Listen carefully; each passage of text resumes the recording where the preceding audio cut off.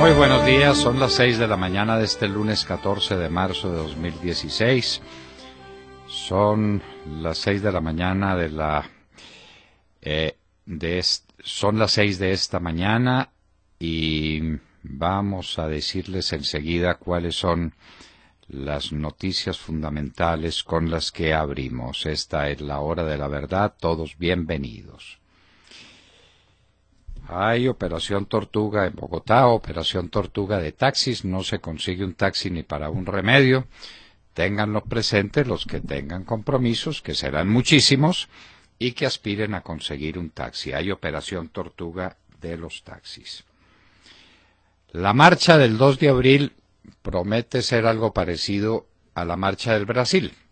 En Brasil, más de 3 millones de personas, cada vez la cifra es mayor, cerca de 1 millón de personas en Río de Janeiro, otro 1 millón de personas en Sao Paulo, y hay noticias de manifestaciones muy importantes en otros lugares del Brasil, pidiendo la renuncia de Dilma Rousseff por corrupta y, sobre todo, la gente movida por la crisis económica.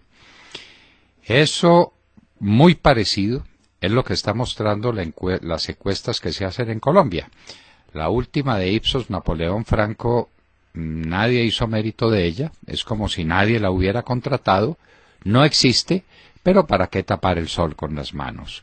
La hora de la verdad sí presentará las cifras más importantes de esa encuesta.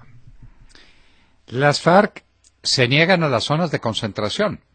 Dicen que eso es como una cárcel a cielo abierto y que no las aceptan, y que solamente las aceptarían si el ejército también se mete en otra zona de concentración, en sus cuarteles. Mientras tanto, el país es un mar de coca, es decir, que sigue funcionando el elemento que impulsa, la causa que impulsa toda la inseguridad, toda la tragedia nacional, toda la sangre que se derrama viene del narcotráfico. Y nunca como ahora estuvo pujante ese negocio. Están creciendo desmesuradamente las siembras y, por supuesto, la cosecha, pero de manera más que proporcional, porque cada vez los agrónomos de las FARC y de los bandidos, de los narcotraficantes, tienen más éxito en la presentación de una coca más productiva. Esta es una semana grande para Colombia en la Corte Internacional de Justicia. No le estamos dando a eso la suficiente importancia. Desde la hora de la verdad estimamos que si la Corte se declara competente, la vamos a pasar mal, muy mal. Violentos aguaceros en Bogotá. Se va a salvar el gobierno del apagón. Pensamos nosotros, de pronto, aunque hay quienes dicen que por mucho que llueva, no será suficiente. Estamos a puertas de un apagón, un nuevo golpe a la industria, un nuevo golpe a la fe del país en un gobierno que lleva meses diciendo que no hay problema, que no habrá apagón, que hay suficiente energía disponible. Pues no hay energía de fuente hídrica y no hay gas. Y no hay gas porque estamos esperando que Maduro nos mande gas desde Venezuela para pagarnos las inmensas cantidades de gas que le mandamos a él. Podemos esperar sentados porque parados nos vamos a cansar. Se levantó el paro judicial en los juzgados civiles de familia y laborales. Se levantó el paro. Nos preguntamos si sirvió de algo. La justicia estuvo más de 2 meses detenida, pero aquí no pasa nada, absolutamente nada. Como tampoco pasa nada con una noticia según la cual el 84% de los niños en Colombia nacen fuera del matrimonio.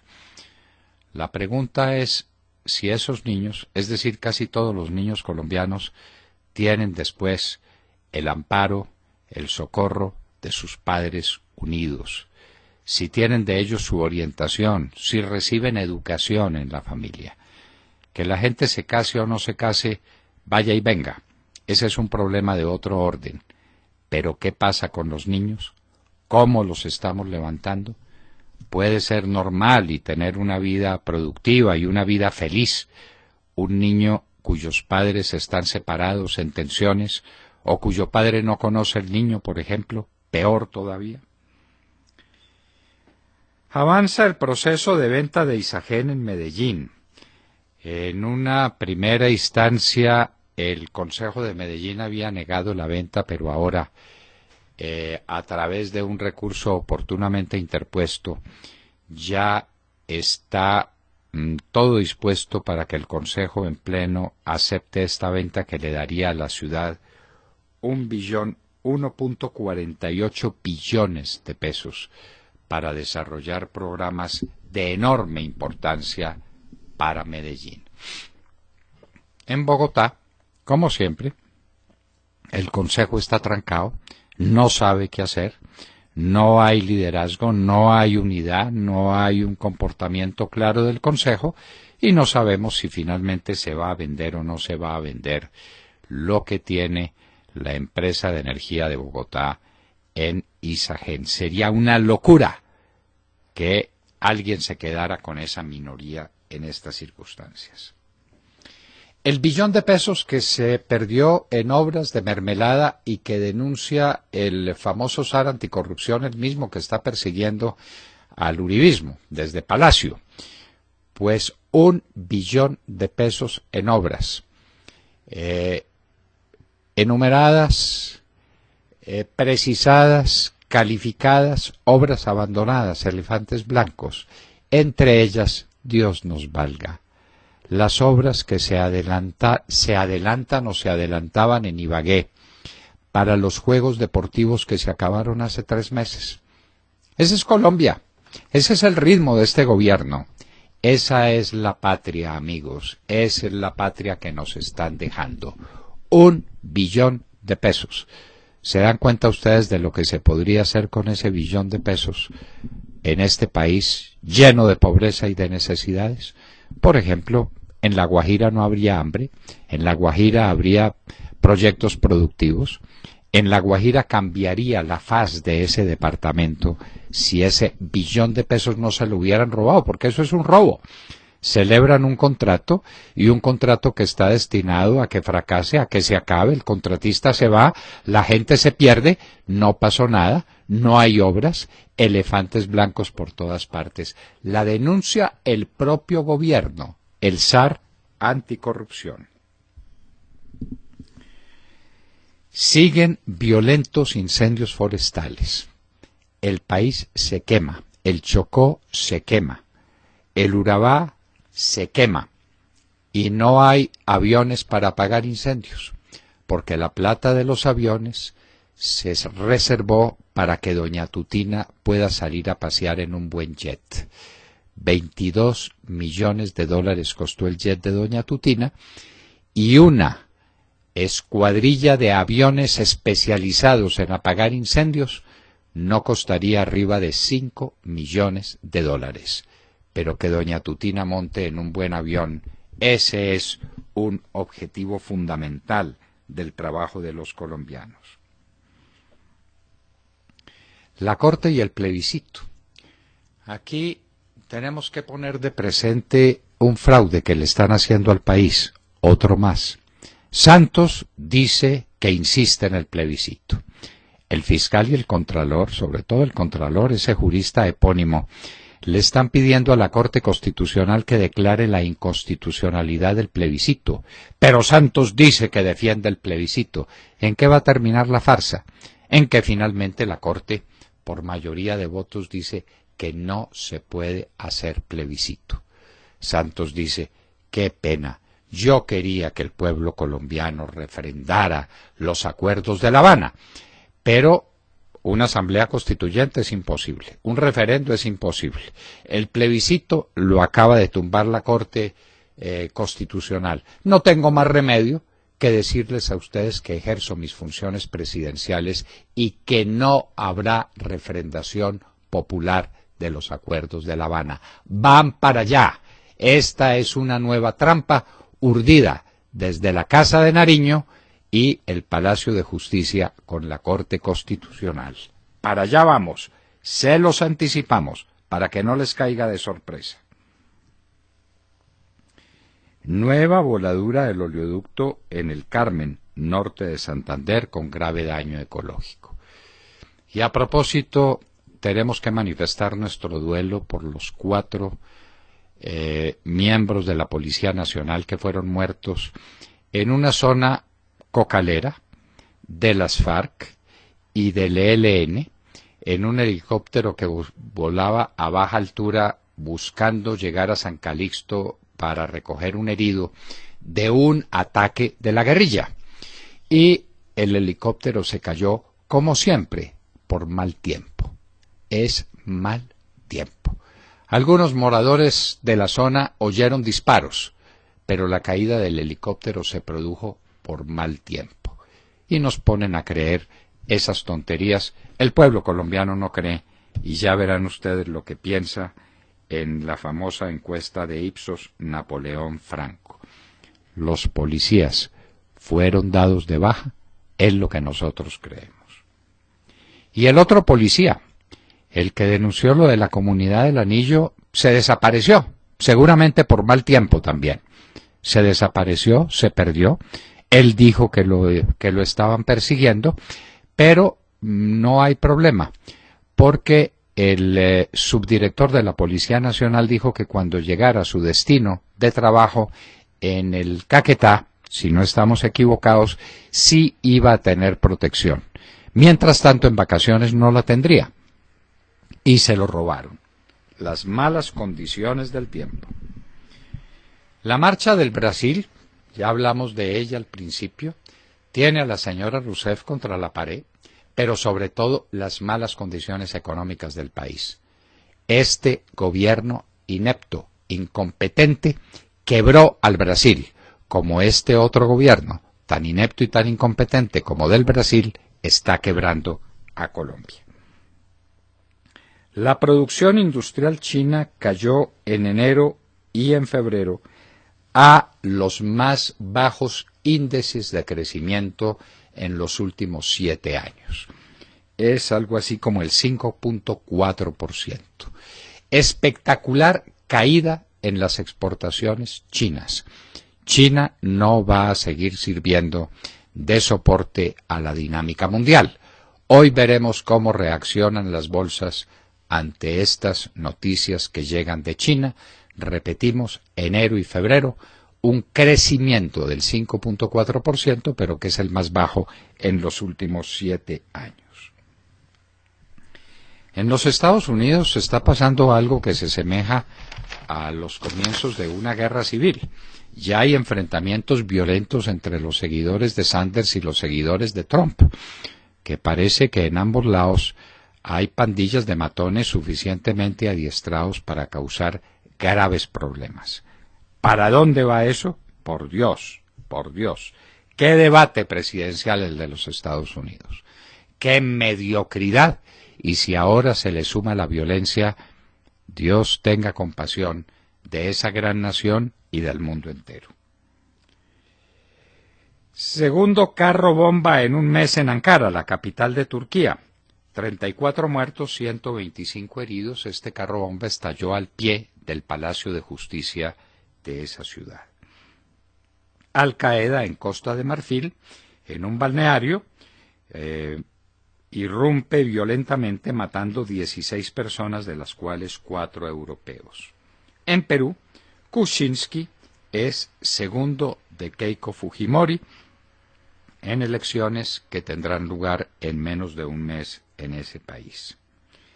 Siguen advertencias en los Estados Unidos para mujeres embarazadas que pretendan salir de viaje a zonas contaminadas por el Zika. Les recomiendan ciudades altas como México o Bogotá. También La Paz, Pasto o Manizales podrían ser destino para las mujeres embarazadas.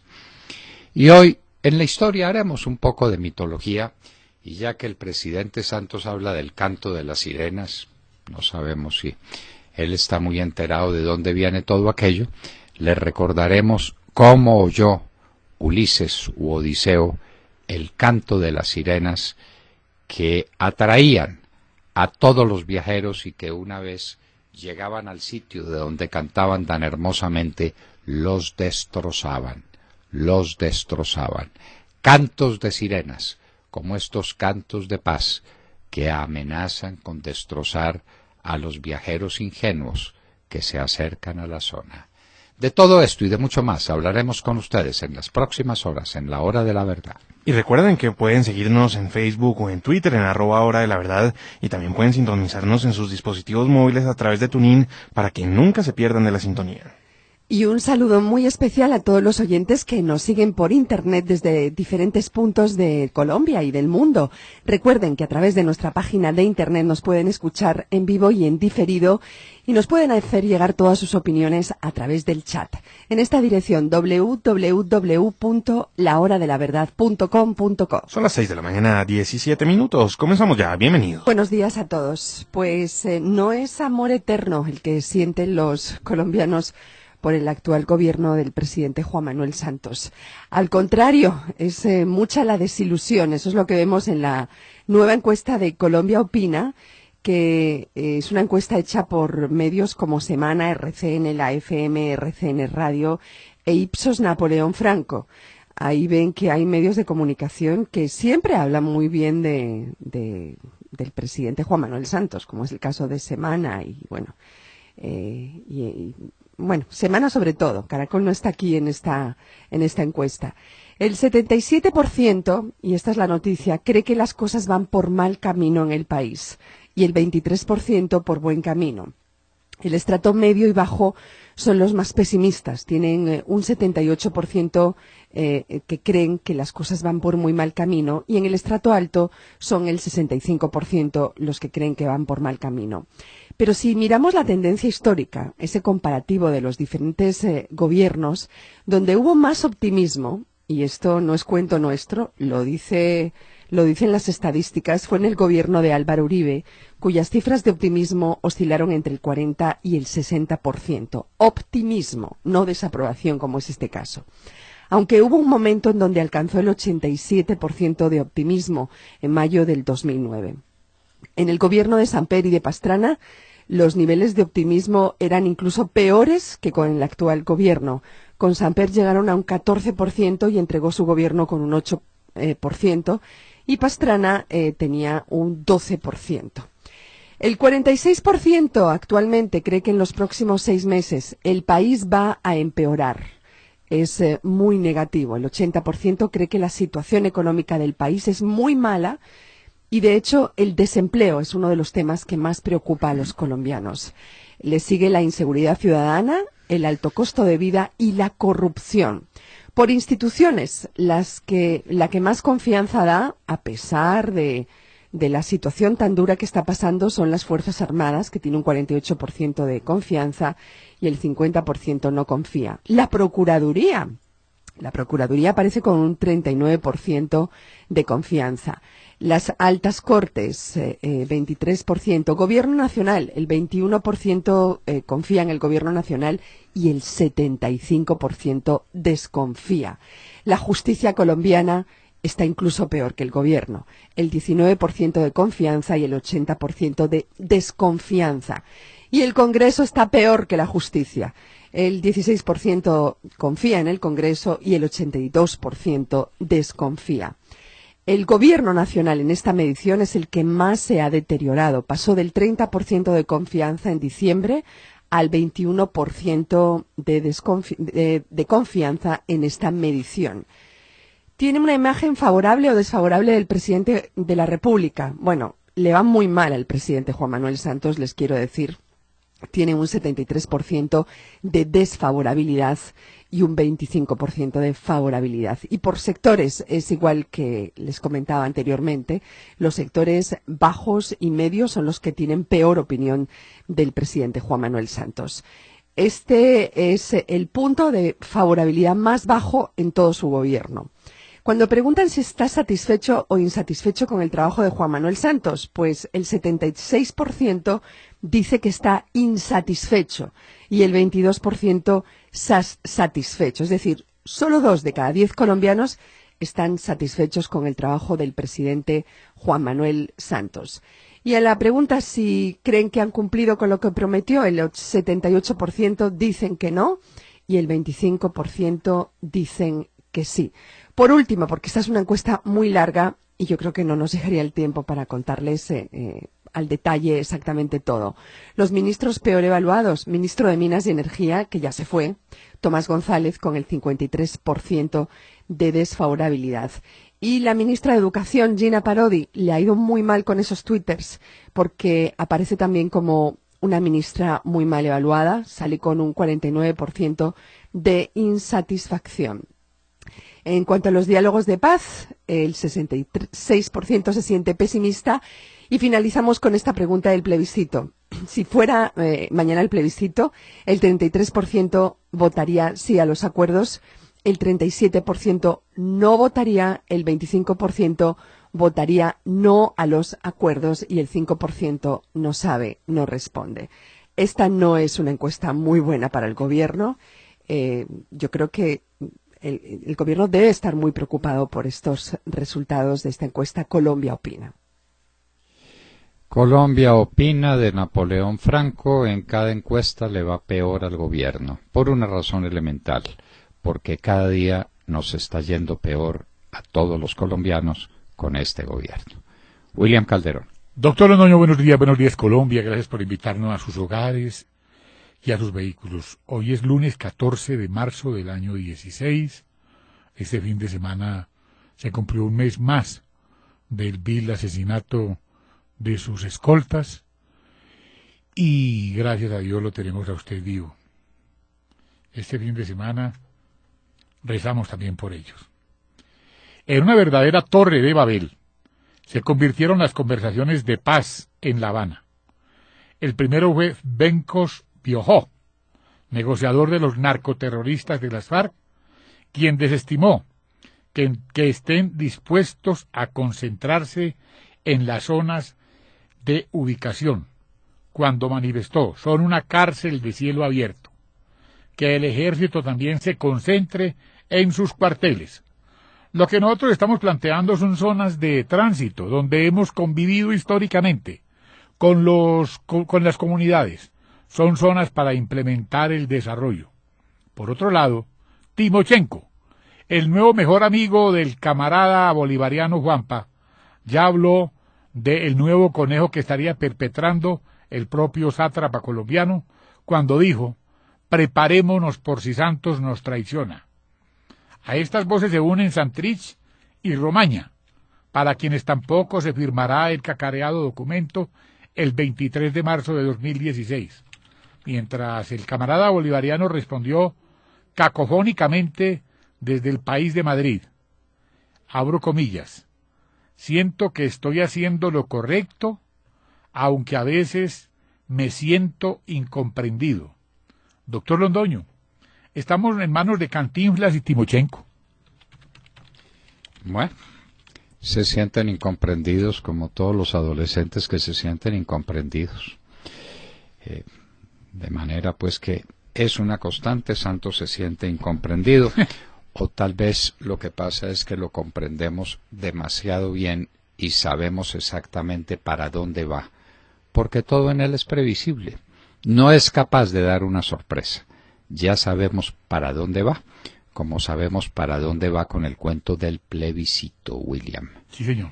Se va a hacer decir de la Corte que no al plebiscito, y no le va a quedar más remedio que eliminar la refrendación popular de los acuerdos de La Habana. Pobrecito, no va a tener más remedio que hacerlo. Ya verá usted.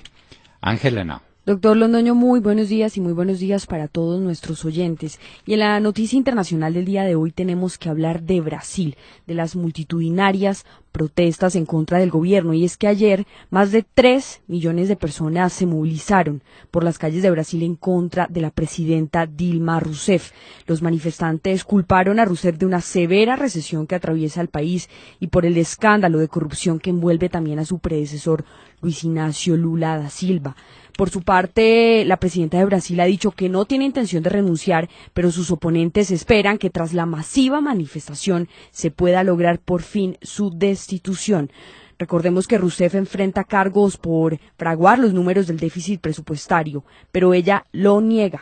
Y la magnitud de las marchas es un dato sensible para Rousseff, doctor Londoño, que enfrenta un pedido de juicio político que podría terminar anticipadamente con su mandato, que está previsto hasta el año 2018.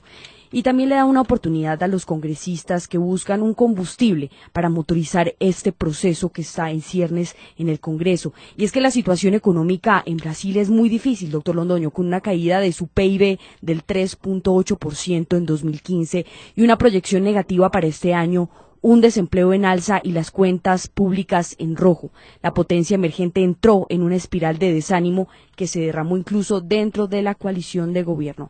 Así las cosas, va a ser muy difícil que la presidenta Rousseff siga en su cargo.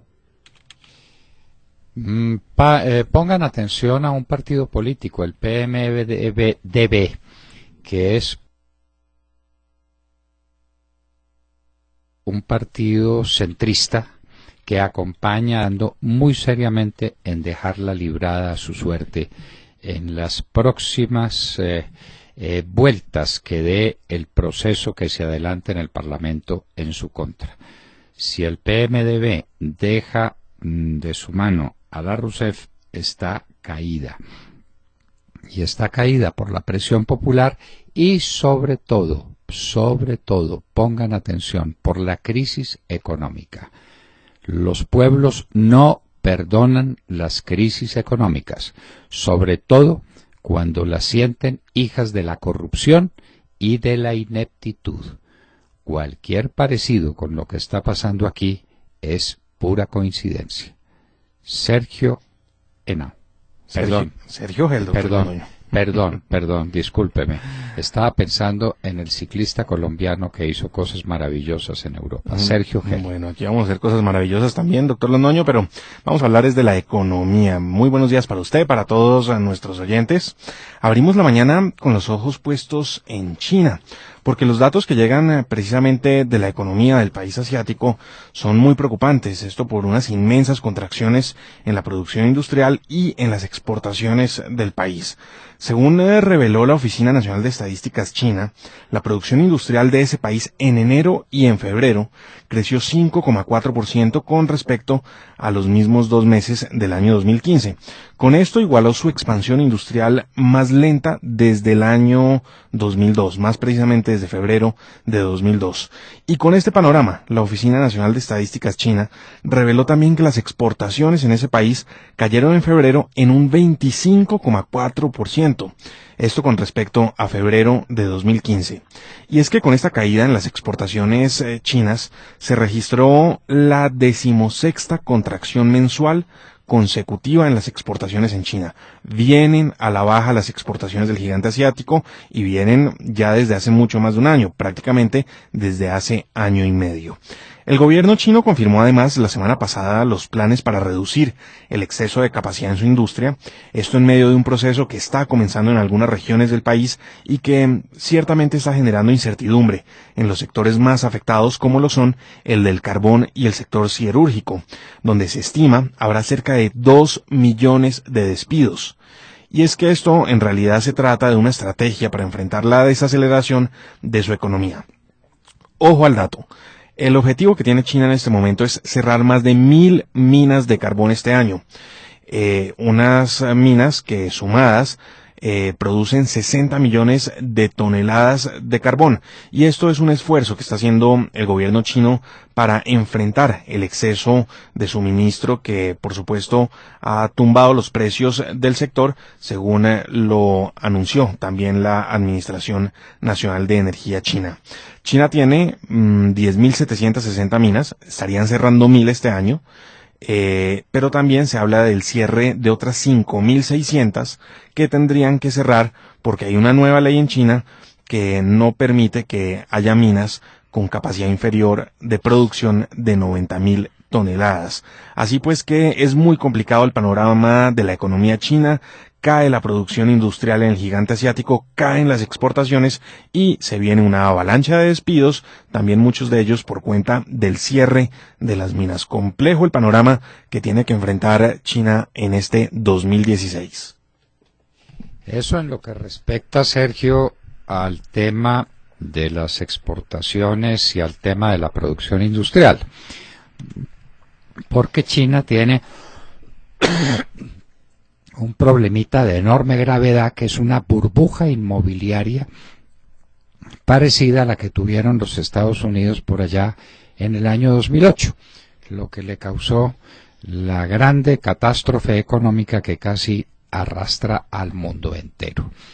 China tiene un sobreendeudamiento en sus bancos. Sus bancos están en un problema gravísimo con una cartera inmobiliaria que no se mueve, porque eso está lleno de deudores, de gente que compró para revender, de gente que no tiene con qué pagar, y eso vale en términos americanos trillones, en términos nuestros billones de dólares. Malas noticias para China y para el mundo, porque la economía del mundo depende en gran parte del apoyo que le da